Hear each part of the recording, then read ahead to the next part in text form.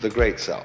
Is an intelligent, thinking, organic, the real you living system. Is not just something inside your all stars.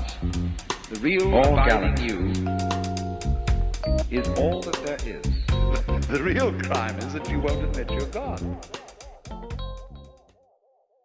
Supposing that I say to you, each one of you is really the great self, the Brahman. And you say, well, all you've said up till now makes me fairly sympathetic to this intellectually, but I don't really feel it. What must I do to feel it really? My answer to you is this. You ask me that question because you don't want to feel it really. You're frightened of it. And therefore, what you're going to do is you're going to get a method of practice so that you can put it off. So that I can say, well, I can be a long time on the way getting this thing. And then maybe I'll be worthy of it after I have suffered enough. See, because we are brought up in a social scheme whereby we have to deserve what we get. And the price that one pays for all good things is suffering. But all of that is precisely postponement, because one is afraid here and now to see it.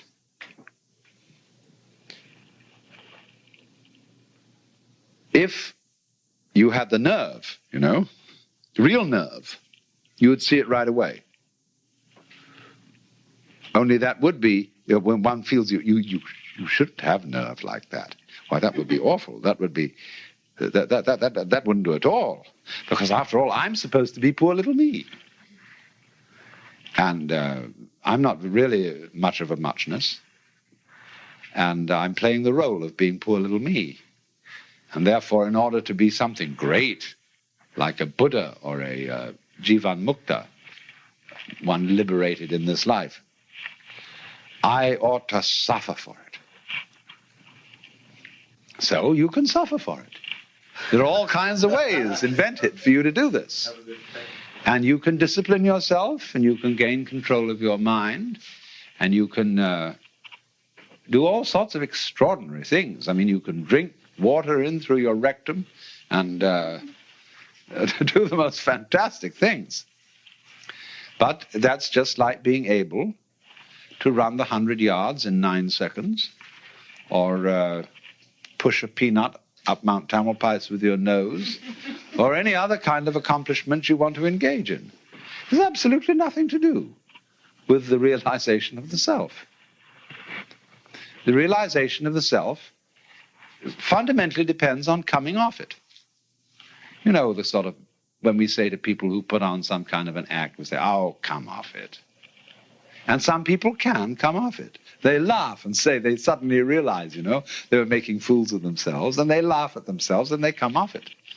So in exactly the same way, the guru, the teacher, is trying to make you come off it. Now, if he finds he can't make you come off it, he's going to put you through all these exercises so that you, at the last time, when you've got enough discipline and enough suffering and enough frustration, you'll give it all up and realize you were there for the beginning and there was nothing to realize. But the guru is very clever. He says, all right, if this is the way you have to go, this is the way you have to go. You asked for it.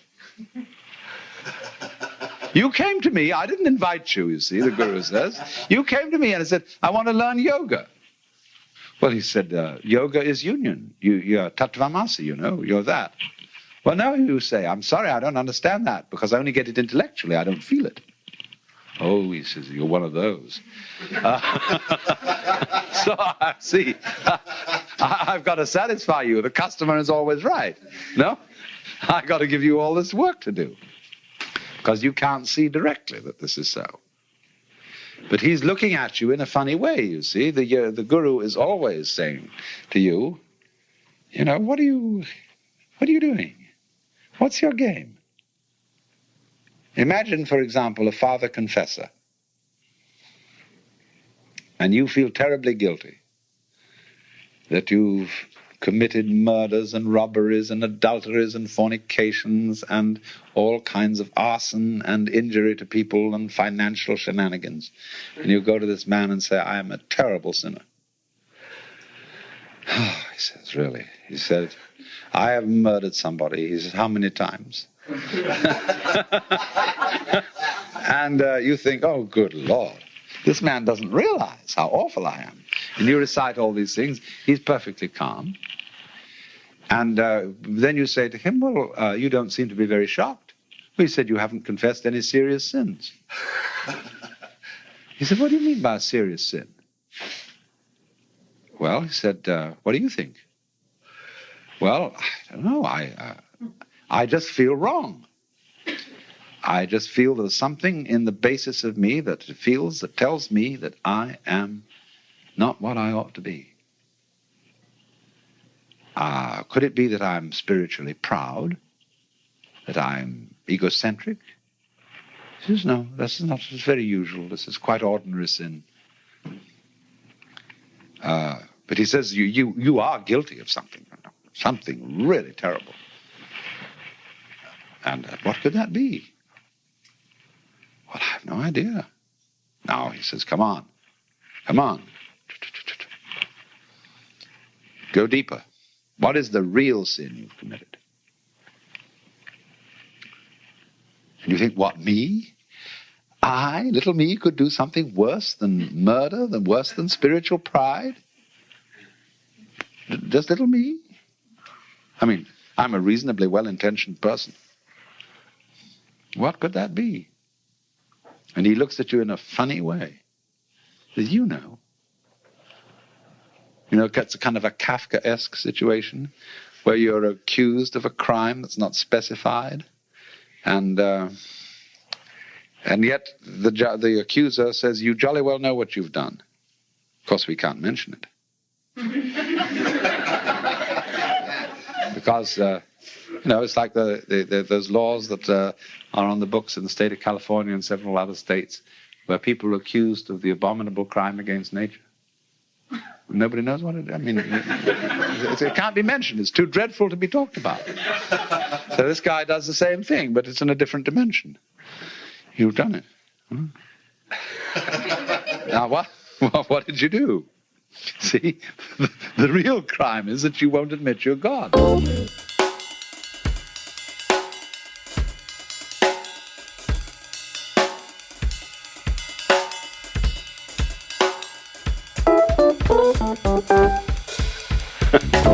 That's false modesty.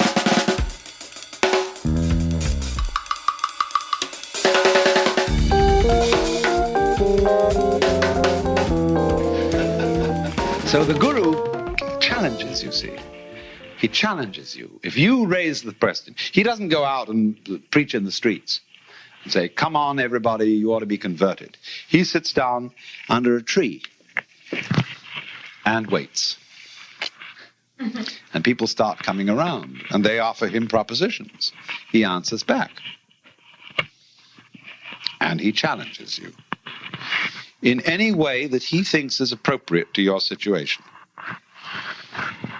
Now, if you've got a thin shell, and your mask is easily dispatched with, he simply uses what we might call an easy method. He says, listen, Shiva, come off it. Don't pretend you're this guy here. I know who you are. And the guy sort of twinkles a bit and says, well, I guess you're right. But the people aren't like that. They have very thick shells. And so he has to invent ways of cracking them. So here is how it goes.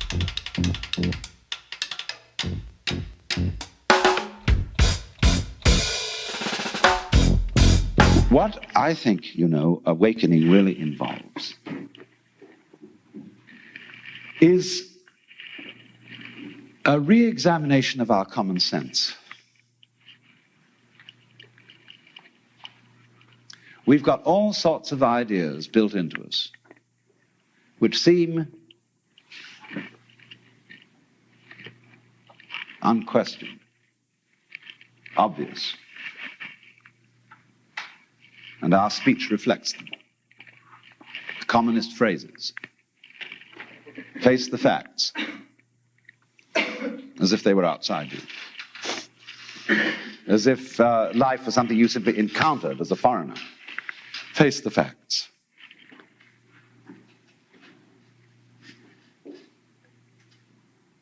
Our common sense has been rigged, you see, so that we feel strangers and aliens in this world, and this is terribly plausible, simply because it's what we're used to. That's the only reason. But when you really start questioning this, say, is that the way I have to assume life is? I know everybody does, but does that make it true? It doesn't necessarily. It ain't necessarily so. And so then as you question this basic assumption that underlies our culture, you find you get a new kind of common sense. It becomes absolutely obvious to you that you are continuous with the universe. For example, people used to believe that the people who lived in the Antipodes would fall off. And that was scary. But then when somebody sailed around the world, and we all got used to it, and now we travel around in jet planes and everything, we have no problem about feeling that the Earth is globular. None whatever. We got used to it. So in the same way, Einstein's relativity theories, the curvature of the propagation of light, that began to bother people when Einstein started talking like that. But now we're all used to it. Well, in a few years, it will be a matter of common sense to very many people that they're one with the universe. It'll be so simple. And then maybe, if that happens, we shall be in a position to handle our technology with more sense. With love instead of with hate for our environment.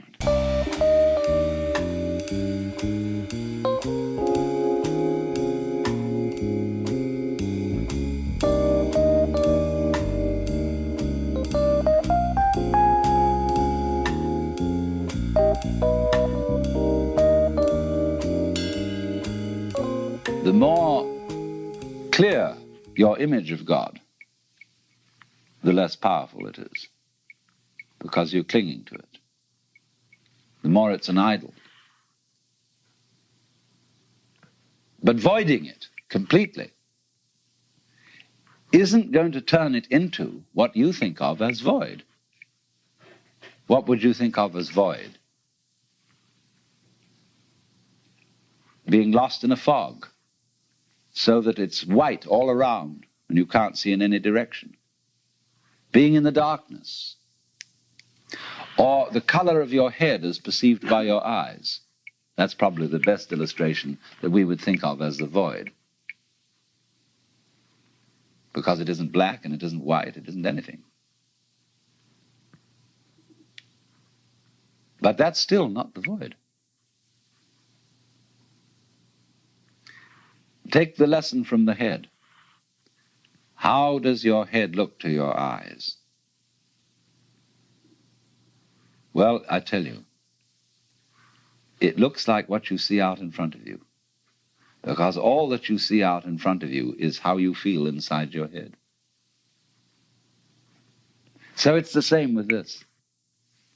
And so, for this reason, the great sixth patriarch, Huineng in China, said that it was a great mistake for those who were practicing Buddhist meditation to try to make their minds empty.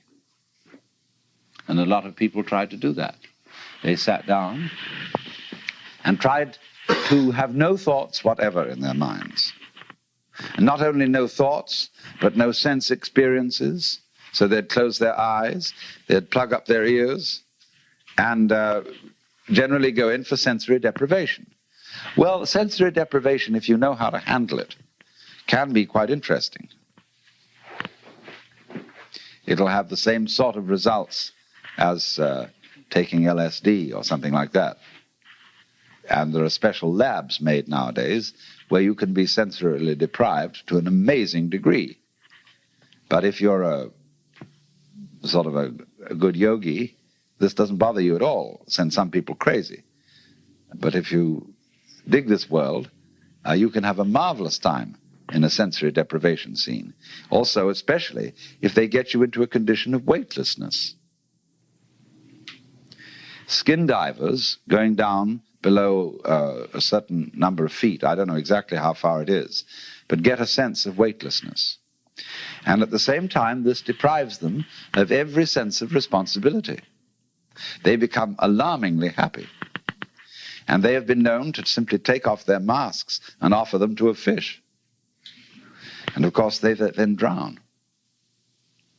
So if you skin dive, and you have to keep your eye on the time. You have to have a water watch or a friend who's got a string attached to you. If you go down that far, and at a certain specific time, you know you have got to get back. However happy you feel, and however much inclined to say, survival? What the hell's the point of that? And this is happening to the men who go out into space. They will increasingly find that they have to have automatic controls to bring them back. Quite aside that they can't change in any way from the spaceship. Now, isn't that interesting? Can you become weightless here? I said a little while ago that the person who really accepts transience begins to feel weightless. When Suzuki was asked, what is it like to have experienced Satori, enlightenment, he said, it's just like ordinary everyday experience, but about 2 inches off the ground. Zhuangzi, the Taoist, said, it is easy enough to stand still. The difficulty is to walk without touching the ground. And why do you feel so heavy? It isn't just a matter of gravitation and weight. It is that you feel that you are carrying your body around. So there is a koan in Zen Buddhism. Who is it that carries this corpse around?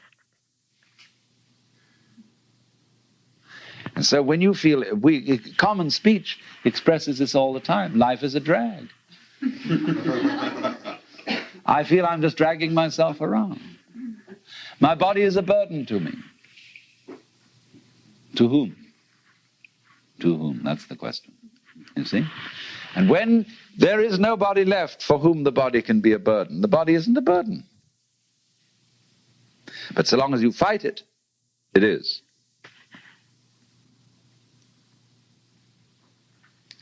So then, when there is nobody left to resist the thing that we call change, which is simply another word for life, and when we dispel the illusion that we think our thoughts, instead of being just a stream of thoughts, and that we feel our feelings instead of being just feelings, it's like saying, to feel the feelings is a redundant expression. It's like saying, actually, I hear sounds, for there are no sounds which are not heard. Hearing is sound. Seeing is sight. You don't see sights. Sightseeing is a ridiculous word. You could just say either sighting or seeing, one or the other, but sightseeing is nonsense. So we keep doubling our words, and this doubling is comparable to oscillation in an electrical system where there's too much feedback, where you remember in the old-fashioned telephone, where the receiver was separate from the mouthpiece, the transmitter. If you wanted to annoy someone who was abusing you on the telephone, you could make them listen to themselves by putting the receiver to the mouthpiece. But it actually didn't have that effect. It set up oscillation. It started to howl. It could be very, very hard on the ears. The same way, if you turn a television camera at the monitor, that is to say, the television set in the studio, the whole thing will start to jiggle. The visual picture will be of oscillation, like that. And the same thing happens here. When you get to think that you think your thoughts, the you standing aside the thoughts has the same sort of consequence as seeing double. And then you think, can I observe the thinker thinking the thoughts? Or, I am worried, and I ought not to worry, but because I can't stop worrying, I'm worried because I worry. And you see where that could lead to. It leads to exactly the same situation that happens in the telephone, and that is what we call anxiety, trembling. But this discipline that we're talking about of Nagarjunas abolishes anxiety, because you discover that no amount of anxiety makes any difference to anything that's going to happen.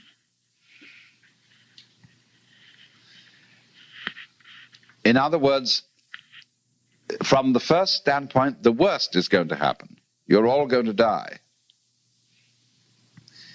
And don't just put it off in the back of your mind and say, I'll consider that later. It's the most important thing to consider now, because it enables you. It is the mercy of nature, because it's going to enable you to let go and not defend yourself all the time. Waste all energies in self-defense. WattsCast is edited and produced by Will Guilfoyle, musical producer Brian Rogers, with music from his band The Four Guys from Reno, audio engineer Paul Moody, art and design by Evan Scarranger. Special thanks to Rick and Irene over at the Buddha at the Gas Pump podcast. If you like WattsCast, please feel free to leave us a 5-star review. Thanks for listening.